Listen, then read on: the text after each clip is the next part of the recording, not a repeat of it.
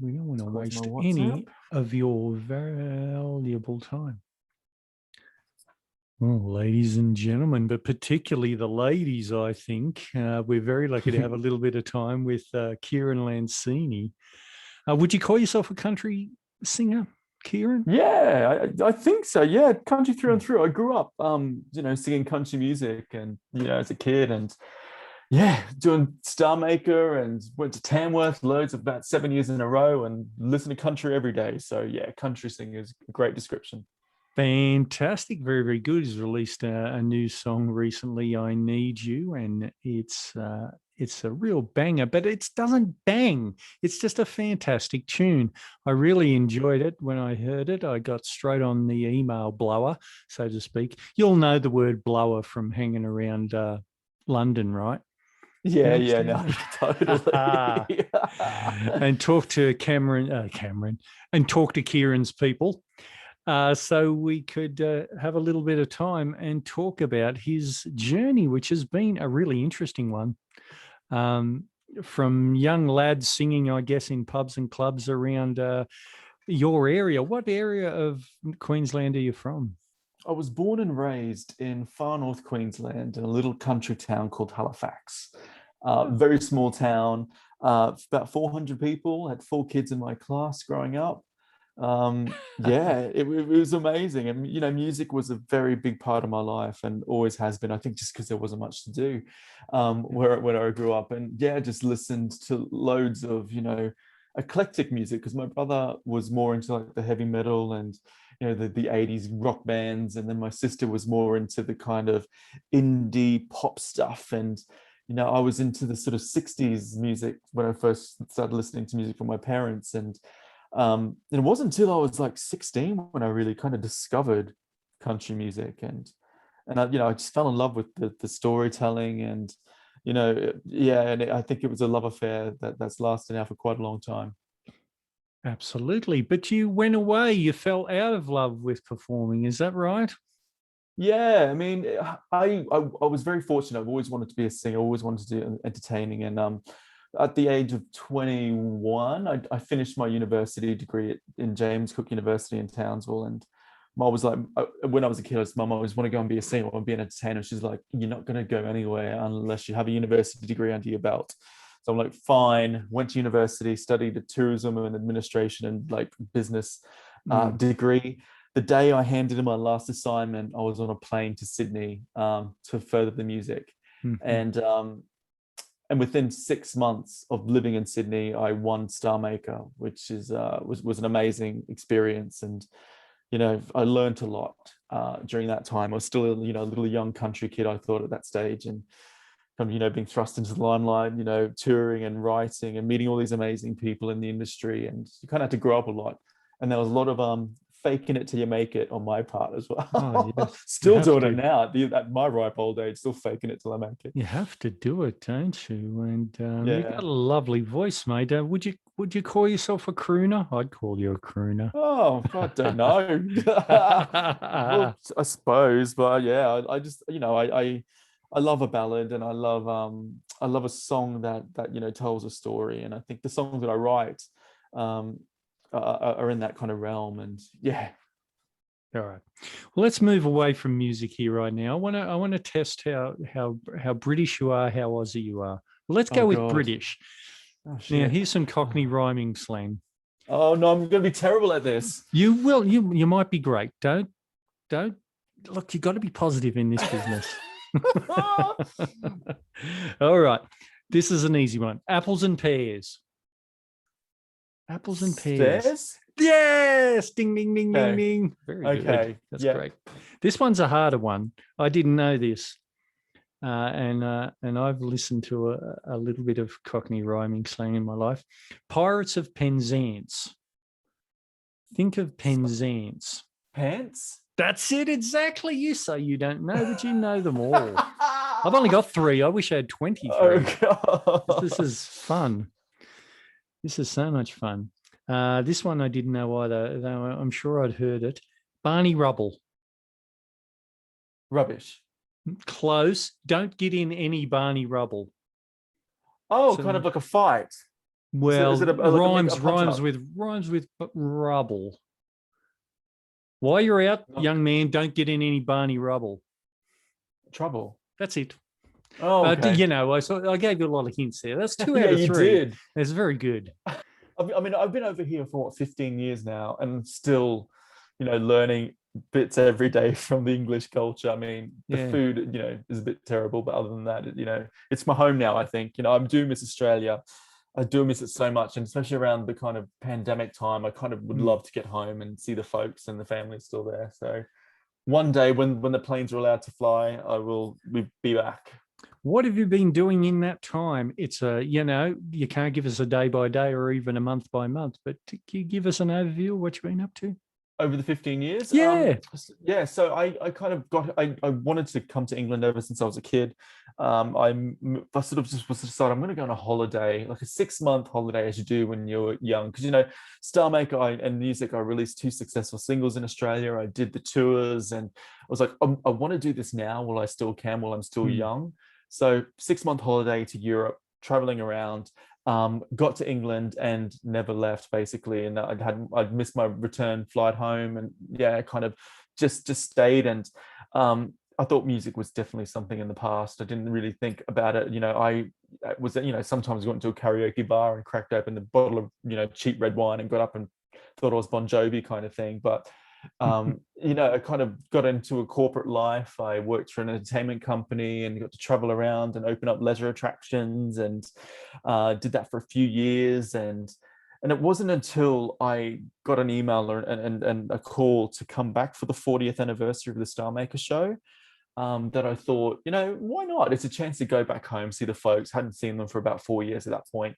And then yeah, it was nerve-wracking, absolutely terrifying. Didn't think, I thought, well, just sing one song and that's it. But it kind of really ignited the passion inside me again, and something that I was just really kind of what was laid dormant in me for a long time. Yeah. And coming back to London after that experience, a mate of mine was like, why don't you just put on a show in London? I was like, no one will come, kind of thing. So just put on a one-man show with a pianist and a mate of mine who was over touring. So we put a show on in a theater in London and sold out, which was amazing. And then yeah, I kind of went back in the recording studio, and yeah, I've got 3 singles out since then. So it's nuts. And what's the country music scene in the UK? I think I've seen a documentary here and there that it's healthy, but it's different from Australia. Yeah, it is. I mean, it's. I feel it's sort of kind of newish as well, but it's growing so fast, and the amount of artists over here are amazing. We've got some really great talent over here, and even Ireland country music as well. I'm a little bit obsessed with, because they have their own kind of unique sound, and that's very different to the UK. And it's all about the stories with country music as well. So you're hearing different stories from different people in different countries. I think it's a very exciting time to be part of it. But I'm Australian. I'm basically dipping my little toes in over here. Try, it's still got a lot of relationships to build, but I'm having a lot of fun doing it. And we're still in kind of a lockdown over here as well, so venues aren't open yet and stuff like that. So as soon as, I think in June, we're allowed to kind of go out properly, where things are fully open, and hopefully then I'll be able to experience more live music and go on and sort of be immersed into that UK country scene. Get into it. Is the vaccination program going well? I know you're not a doctor. But I think we're up to now, people 42 and above can get it. Yeah.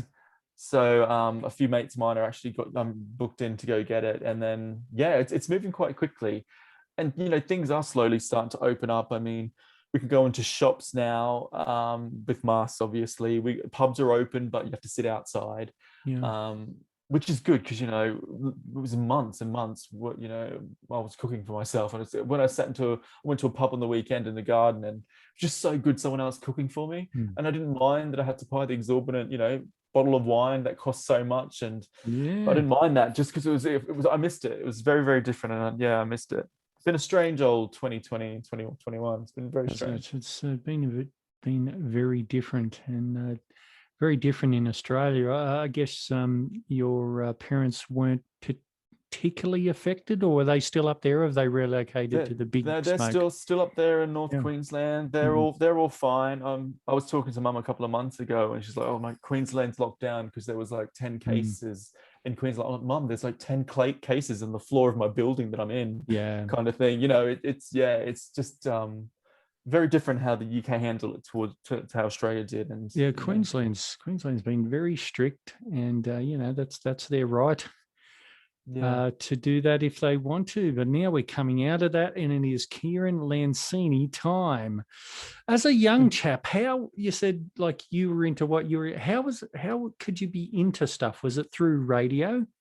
You know, Yeah, it was in radio, such a and small yeah, environment. it was Rage back in the Yeah. day on ABC. It was radio. It was my brother's cassettes and CDs. It was TV and stuff like that. And yeah, back in those days. Of course, you had TV. I'm not insinuating you didn't have TV. Well, I think we only had two channels back then. Yeah, yeah, sure. we only had two channels back in the 80s. And you still managed to find lots to be into. How Yeah. about gigging?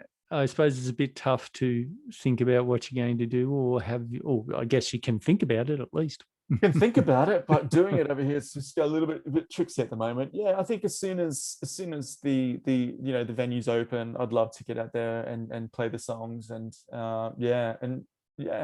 But I mean, it's one of those things where it's difficult to plan at the moment because you don't know what's going to happen. But I think what I might do is just wait a little bit after everything opens, just see how it goes, and then take it from there. But just I'm very eager to get out.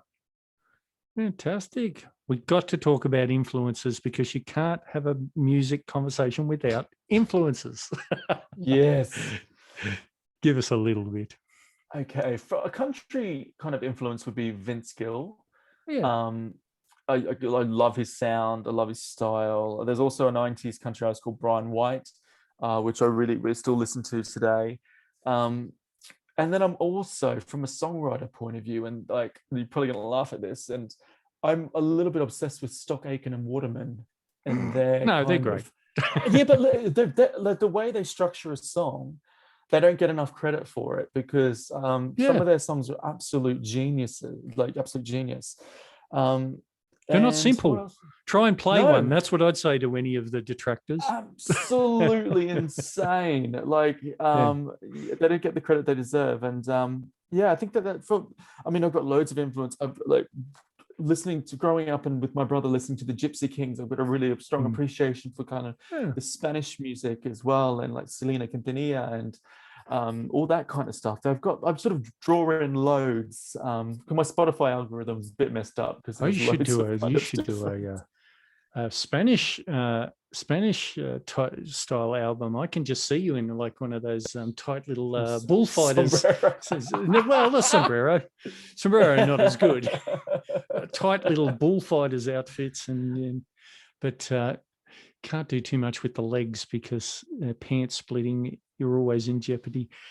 Yeah, sure. Well, look, this is fantastic, Kieran. Look, we could go on and on and on talking about influences, but we better let you get on with your day.